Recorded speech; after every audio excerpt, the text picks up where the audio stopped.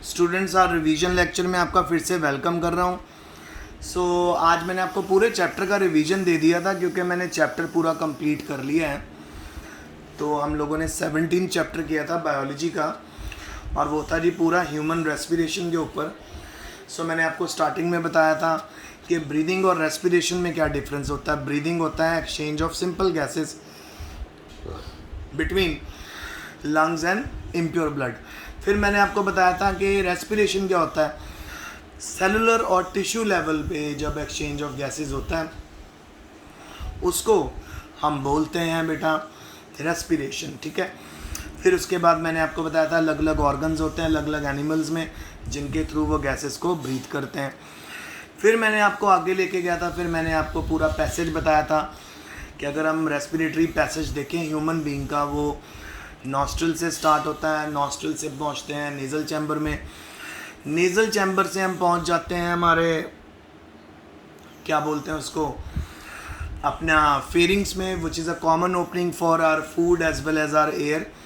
और फेरिंग्स से अगर हम एयर पैसेज के थ्रू जाएं तो हम पहुंचते हैं हमारे ग्लॉटिस से।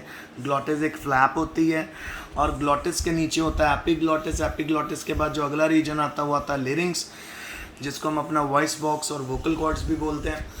लिरिंग्स के बाद आता है ट्रेकिया, ट्रेकिया के बाद आता है ब्रोंकाई, प्राइमरी ब्रोंकाई, फिर ब्रोंक्यूल्स आते हैं, प्राइमरी सेकेंडरी टर्शरी, और फाइनली फिर आते हैं हमारे एल्वियोलर रीजन।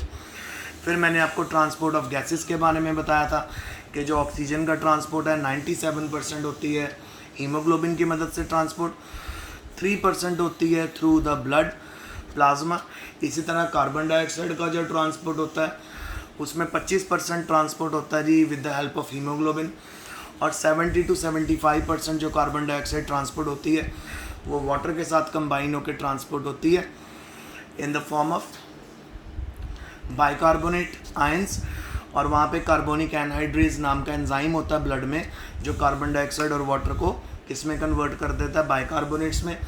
ये कार्बोनेट्स बाइकार्बोनेट्स हमारे एल्वियोलर रीजन तक पहुँचते हैं और वहाँ पे दोबारा से ये क्योंकि रिवर्सिबल प्रोसेस है ये कार्बन डाइऑक्साइड में कन्वर्ट हो जाता है, कार्बन डाइऑक्साइड बॉडी से बाहर आ जाती है।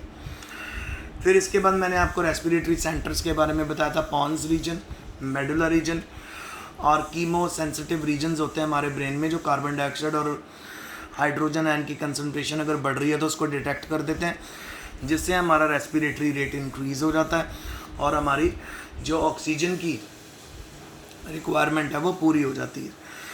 फिर उसके बाद मैंने आपको अलग अलग तरह के रेस्पिरेटरी डिसऑर्डर कराया, अस्थमा, एलर्जिक रिएक्शंस करके हमारे जो ब्रोंकाई ब्रोंक्यूल्स हैं उनके अंदर स्वेलिंग आ जाती है, इन्फ्लामेशन आ जाती है, वो होता है अस्थमा।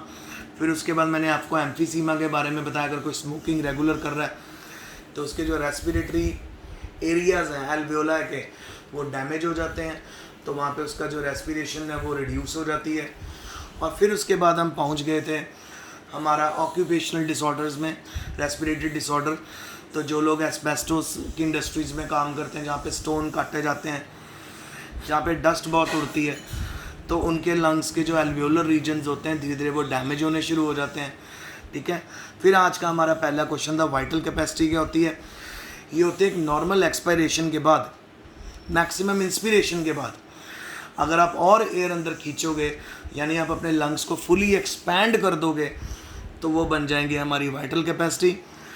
तो हमारे लंग्स की जो वाइटल कैपेसिटी 3.5 to 4.5 लीटर्स होती है। अब वाइटल कैपेसिटी का काम क्या है? वाइटल कैपेसिटी का काम है बेटा, वाइटल कैपेसिटी का काम होता है कि ये हमारी जो गैसेस के एक्सचेंज को बढ़ा देती है हमारी लंग्स में। फिर जो हमारे लंग्स में वॉल्यूम ऑफ एयर बचती है जब हम नॉर्मल ब्रीदिंग करते हैं उसके बाद, उसको हम बोलते हैं फंक्शनल रेजिडुअल वॉल्यूम।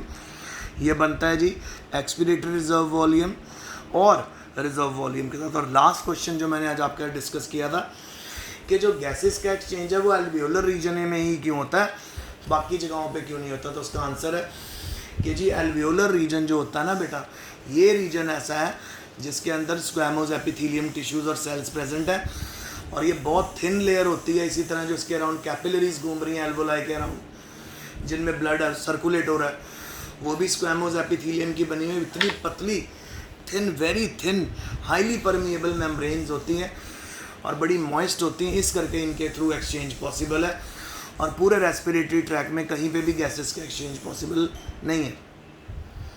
तो ये आज का मेरा लेक्चर रहा, आई होप आपको समझ आ गया होगा। तो कल फिर मिलते हैं, तब तक के लिए stay home, stay safe, best of luck, study hard.